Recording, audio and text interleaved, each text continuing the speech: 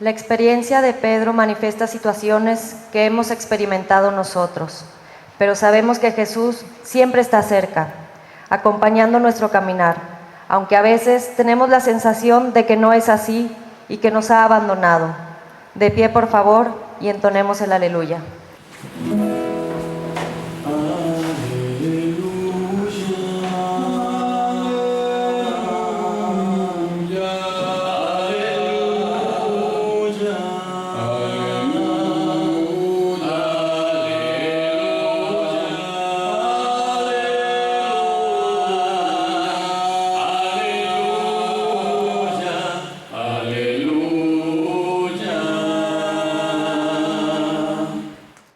Confío en el Señor, mi alma espera y confía en su palabra.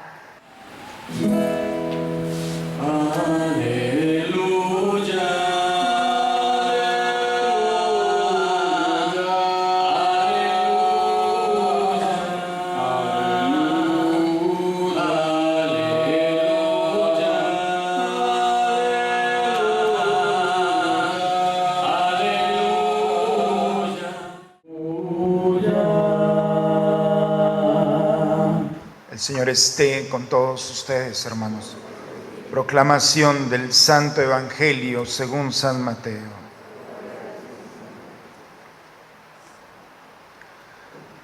En aquel tiempo, inmediatamente después de la multiplicación de los panes, Jesús hizo que sus discípulos subieran a la barca y se dirigieran a la otra orilla mientras Él despedía a la gente.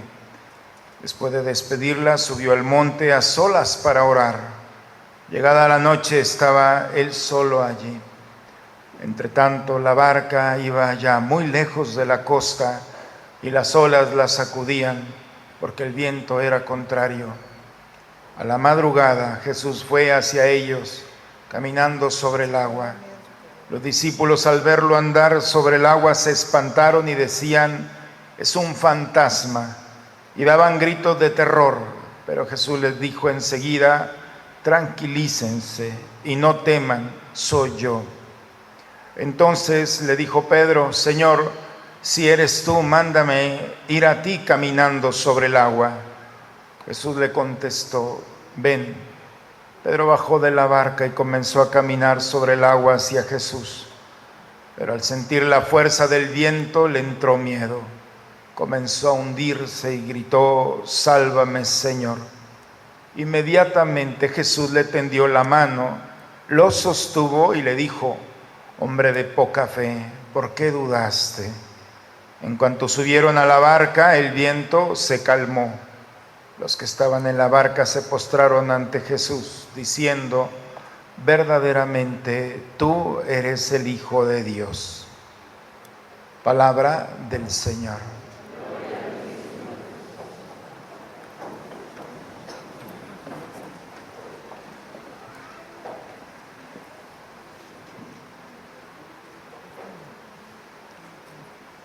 No sé si ustedes han escuchado hablar de la reina Jezabel. No, nunca. No se las aconsejo de vecina, ¿eh? Es la peor mujer del Antiguo Testamento. Una mujer lastimada en su corazón, una mujer realmente que odia a Dios, para empezar. Y entonces ahí nos incluye a todos. Lo peor de todo es que tiene marido. Imagínense, pobre marido con esa mujer. Si la mujer ora a Dios, lo va a odiar también a él. Y Ahaz, el rey, aparte que es un debilucho de carácter, cualquiera lo puede mover, y más una mujer como la mujer que se consiguió. Y entonces Jezabel hace lo que quiere con él. Eso no sucede en nuestra comunidad, ¿verdad? Aquí todo el mundo se lleva bien, pero esta mujer es terrible. Quiere acabar con todo. Quiere acabar con Dios y quiere acabar también con todo lo que tenga algo de Dios. Ha exterminado a la mayoría de los profetas, ha acabado con el corazón de su pueblo, lo ha contaminado trayendo divinidades de todas partes, especialmente los Baal o los Baales. Y El único que queda, pues es el profeta Elías, lo hemos escuchado el día de hoy. Esta mujer alimenta, tiene para sí 450 falsos profetas a su servicio. Y un día se enfrenta Elías a los 450 y se dan cuenta de que son falsos. El pueblo, al reconocer que son falsos profetas, los mandan pasar por la daga, los asesinan a todos, a los 450.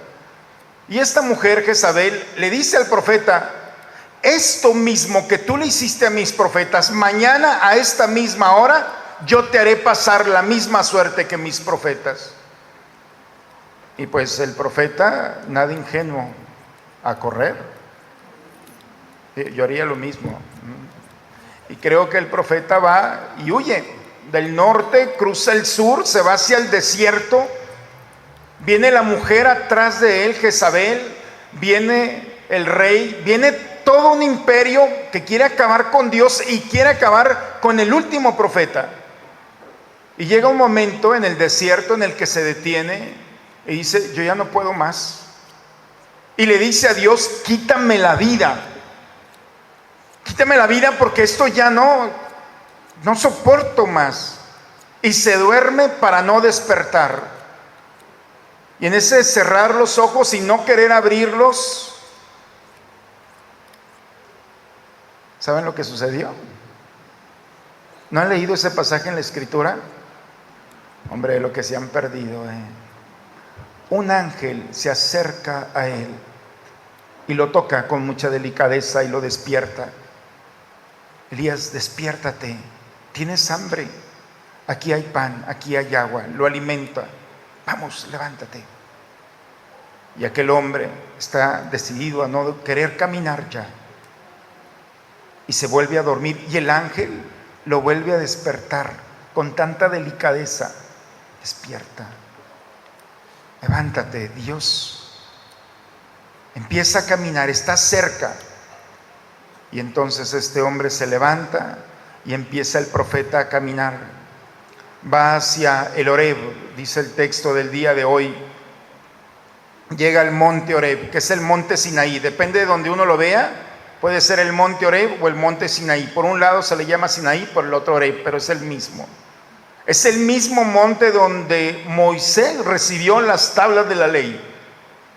Es el monte del encuentro y de la alianza. Y este hombre que no tiene a nadie ni en nada, lo único que es buscar su raíz, buscar su seguridad, va y se mete a una cueva en el monte y no quiere saber de nada. Y en la oscuridad de esa cueva se encuentra Dios. Y le dice: sal de esa cueva. Es el texto que hemos escuchado el día de hoy. Porque voy a pasar. Y entonces dice que Elías sale de la cueva y aparecen tres fenómenos. Primero, un viento huracanado. Los Baales, era el Baal o los Baales, porque eran una serie de divinidades, eran el dios del viento, el dios de la fertilidad de la tierra y el dios del fuego. Por eso se le representa con un rayo. Y son las tres realidades que presenta. Vino un viento huracanado que partía las montañas, que resquebrajaba las rocas, parte de esas divinidades, pero allí no estaba Dios. Después vino un temblor, un movimiento en la tierra, pero allí no estaba Dios. Vino entonces un rayo, una luz del cielo, un fulmine, y allí no estaba Dios. En todas las realidades, en todas las formas en las que se presentaban las divinidades, no estaba Dios. Pero dice el texto que apareció una brisa suave, lo tocó, se cubrió el rostro, porque allí estaba Dios. No estaba en todas las divinidades, estaba en esa brisa suave, en esa voz que lo tocó con mucha delicadeza y le dijo: aquí estoy. ¿Quieren saber lo que pasa después?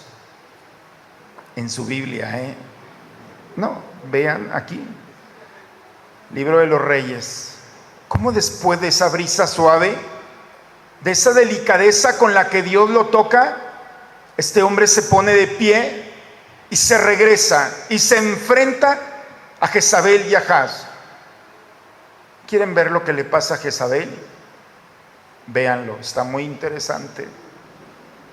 Esa es la lectura que hemos escuchado el día de hoy, en la segunda lectura, San Pablo a los Romanos. Pablo dice que tiene un dolor incesante, una tortura en su corazón. No puede estar en paz, algo le duele a Pablo, y no es una herida de su cuerpo, que en otras ocasiones lo ha dicho, es una herida del corazón.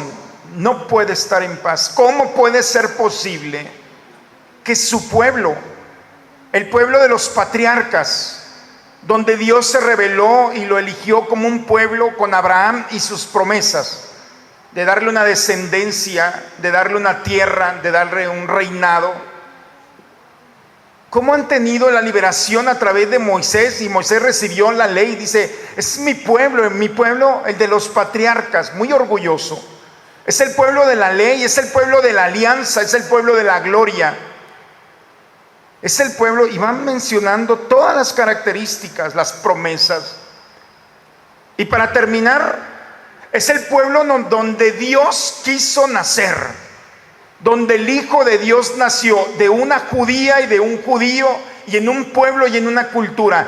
Dios nos eligió, el Dios de nuestros padres. Por eso habla de todo el Antiguo Testamento. Este mismo Dios se hizo carne y no escogió otro pueblo. Escogió al pueblo judío, nos escogió a nosotros. Y dice, ¿cómo puede ser posible, pueblo mío, que nosotros andemos buscando a Dios si está entre nosotros? ¿Cómo puede ser posible que te andes arrodillando ante una piedra cuando tienes al Dios verdadero, el Dios de la promesa? Es cambiar a Dios y buscar a Dios en realidades que no existen. Los Baales, todo mundo adoraba al sol, a la tierra, en fin. Y como en una pintura, se olvidaron del pintor, del creador, y se quedaron con la criatura. Así estaba el pueblo, se olvidaron del creador y se deleitaban con la criatura. No tenían esa capacidad para ir más allá y descubrir que Dios es el autor de todo. Y entonces es un pueblo que viene en caída libre, porque un pueblo que no tiene a Dios en el corazón es un pueblo que se deleita con cualquier cosa, pero hay un vacío existencial. Porque si los sentidos se alegran de ver, el alma, ¿cómo? Si el alma se alegra solamente cuando está delante de su Creador, delante de su Dios. Y si le quitas el alimento al alma, ¿cómo le vas a hacer? Es un pueblo que va caminando sin deseos de caminar. Y el Evangelio, el día de hoy, nos habla sobre un pasaje maravilloso. Si han venido estos 3 domingos pasados, hemos andado de una orilla a otra orilla. No sé si se han dado cuenta. Hace 2 domingos estábamos en la orilla y Jesús escuchó que a su pariente Juan el Bautista, Herodes lo había asesinado. ¿Se acuerdan de ese pasaje? Y dice que Jesús se da cuenta de la noticia y se sube a una barca, va a la orilla, se sube a una barca y se va a la otra orilla, que quiere estar solo, está triste, ha perdido a un ser querido y no quiere saber de nadie. Y cuando llega a la otra orilla, la sorpresa es que ya lo estaba esperando una multitud y les da de comer. ¿Se acuerdan del domingo pasado? A padre, no nos acordamos de menos del domingo pasado. Pero hagamos un esfuerzo, porque han dado de un lado a otro. Y cuando llega a la otra orilla, le da de comer, se sube a la barca y ahora encontramos la otra orilla. Y dice que Jesús llega a la orilla y le dice a sus discípulos, es por la tarde, se suben a la barca, vayan. Los discípulos empiezan mar adentro. No sé si conocen el mar de Galilea. Un día los voy a invitar a todos. Bueno, invitados sí, pero a ver cómo le hacemos para pagarlo, pues, ¿no? Pero el mar de Galilea no es muy grande, está uno en la orilla y puede ver fácilmente la otra orilla. Y le dice, mar adentro. Dice que él sube al monte, se pone a orar, y ya por la noche los alcanza. Dice que va caminando. Es uno de los pasajes más pintorescos de la Escritura. Jesús va caminando sobre el agua. Los discípulos, al verlo, porque llevan el viento de frente, la barca está allí detenida, y entonces dice que tienen miedo, empiezan a gritar porque creen que es un fantasma. Pedro, al verlo, le dice, si eres tú, haz que camine hacia ti. Y la respuesta de Jesús es, ven. Dice el texto que Pedro se baja de la barca, empieza a caminar, pero al sentir el viento, al descubrir esa realidad, esa fuera de lógica, estoy caminando sobre el agua, en ese momento empieza a dudar y se empieza a hundir. Y lo único que brota de los labios de Pedro es Josí Haná, lo que nosotros decimos Hosana. Josí Haná, Señor, sálvame. Eso es lo que significa Hosana. En el momento en el que te estás hundiendo, donde ya no hay nada que hacer, ante la duda, ante la realidad, lo único que debe de brotar en el discípulo es Hosana. Josí Haná, sálvame, Señor, no tengo a nadie, si no me das la mano, ¿quién? Porque no hay nadie que me ayude, porque nadie puede hacer nada por mí. Y dice que en ese Josí Haná, o en ese Hosana, en ese Señor, sálvame, siente la mano del Señor. Y entonces empieza a descubrir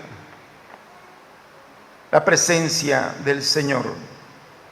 No sé, papás, ustedes recordarán cuando tenían, o si los tienen, a sus hijos pequeñitos cuando están empezando a caminar y empieza el niño ahí como que a querer caminar solo y se cae. No sé si alguno de ustedes, papás, en algún día le han regañado a sus hijos diciéndole, ¿por qué te caíste? Camina. O cómo se comportaron ustedes. Pobre de algunos hizo eso, Pero la mayoría es, hijo, ya llevabas un pasito, 2 pasitos, vamos otra vez. Esa experiencia que tú tienes, ponle en el texto del día de hoy. Lo sostuvo y le dijo, hombre de poca fe.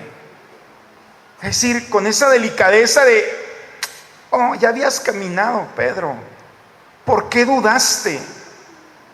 Y dice que subieron los dos a la barca y se calmó el viento.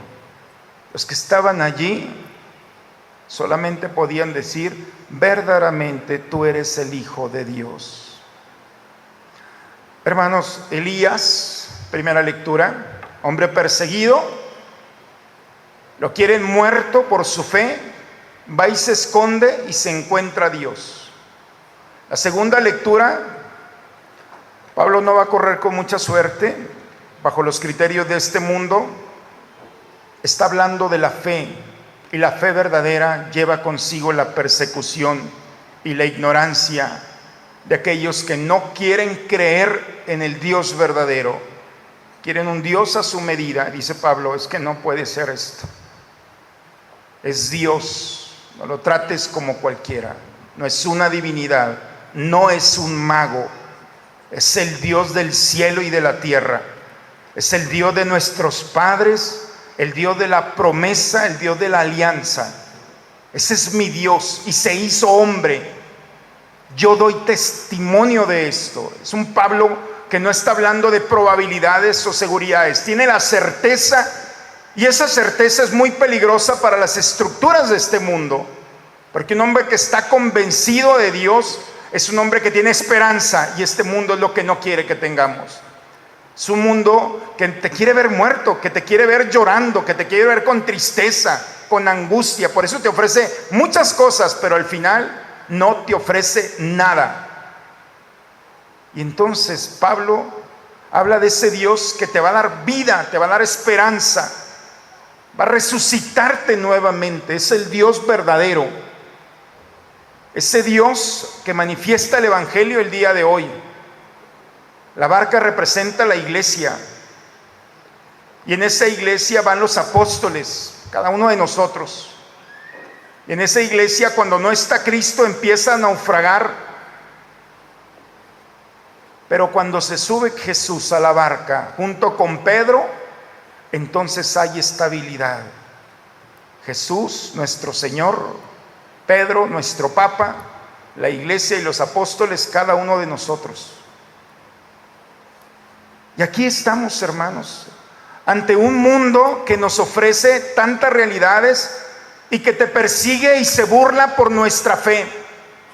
¿A quién de ustedes no le han dicho, todavía crees en la Virgen? Pobre de ti, todavía crees. Y atacan a nuestra Madre Santísima. Y lo peor de todo es que lo permitimos por nuestra ignorancia muchas veces. Y se empiezan a burlar de la semilla que depositaron nuestros padres y nuestros abuelos, nuestra fe. Lo mismo le hicieron a Elías. Habían acabado, querían acabar con todo el aroma de Dios, valores, principios, y era un mundo que estaba tratando de ahogar al Dios verdadero. Pero es un mundo que va en caída libre, que se está desquebrajando. Cuando el hombre no tiene a Dios en su corazón, entonces no hay amor, no hay esperanza, no hay vida. Y cuando un corazón de un hombre, una mujer y de un pueblo pierden a Dios, se pierde todo, todo. Por eso, hermanos, el día de hoy, ante un mundo que está tratando de luchar contra tu matrimonio, contra tu vida, contra tu fidelidad, contra la esperanza, contra la alegría, contra todos nuestros valores, es un mundo que está decidido a acabar con nosotros, con el cristianismo. Me doy cuenta, por ejemplo, lo de las sectas. Sectas es una expresión muy fuerte que significa cortar.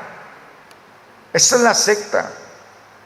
El Papa Juan Pablo II, en septiembre del 2003, hablaba sobre toda esta forma en la que hoy se está revistiendo un ataque frontal hacia los valores del cristianismo a través del New Age, de todas esas corrientes que iluminan, esotéricas, ocultas, todas esas realidades que lo primero que quieren es quitar de tu casa imágenes, esas corrientes que llegan a tu casa para poner armonía, y lo primero que hacen es quitar la cruz, porque es una amenaza. Claro que es una amenaza, pero para el enemigo.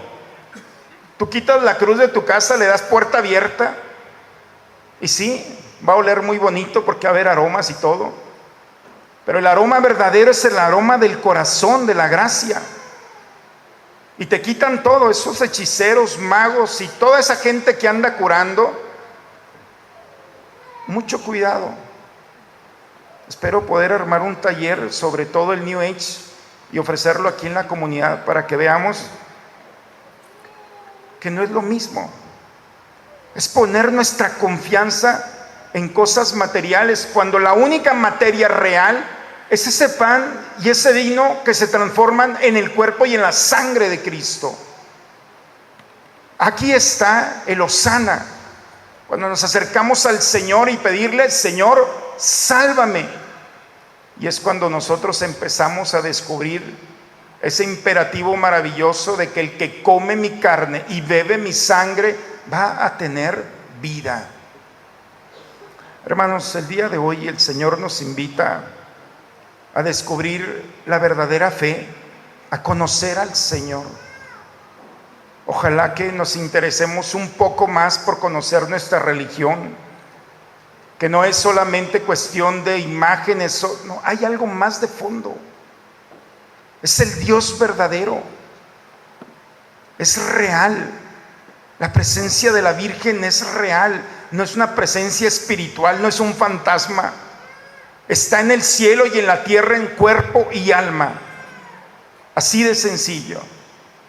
Y algunos de ustedes ya han vivido una experiencia de ella y de él. Hoy el Señor nos invita a vivir nuestra fe y a descubrir que cuando la barca de nuestra vida no está bien, entonces no andes buscando en otro lado lo que el Señor te está ofreciendo. Es tan sencillo decirle al Señor, Hosana. Es tan sencillo decirle al Señor, sálvame, Señor. Y entonces nuevamente encontraremos su mano que nos levanta de todas esas realidades que nos están ahogando, de todas las realidades que quizá nosotros hemos provocado o quizá gratuitamente hemos caído en ellas. Hoy el Señor nos invita nuevamente a recuperar la fe, la esperanza en un Dios vivo, en un Dios que lo único que está esperando, como Pedro, es que le diga, Hosana. Ojalá que no pase un solo día de tu vida sin decirle a Dios, Señor, sálvame. Sienta su mano protectora que te recupera y te da esa paz que tanto anhelas y esa gracia que tanto necesitas. En el nombre del Padre, del Hijo y del Espíritu Santo. Vamos a ponernos de pie, hermano.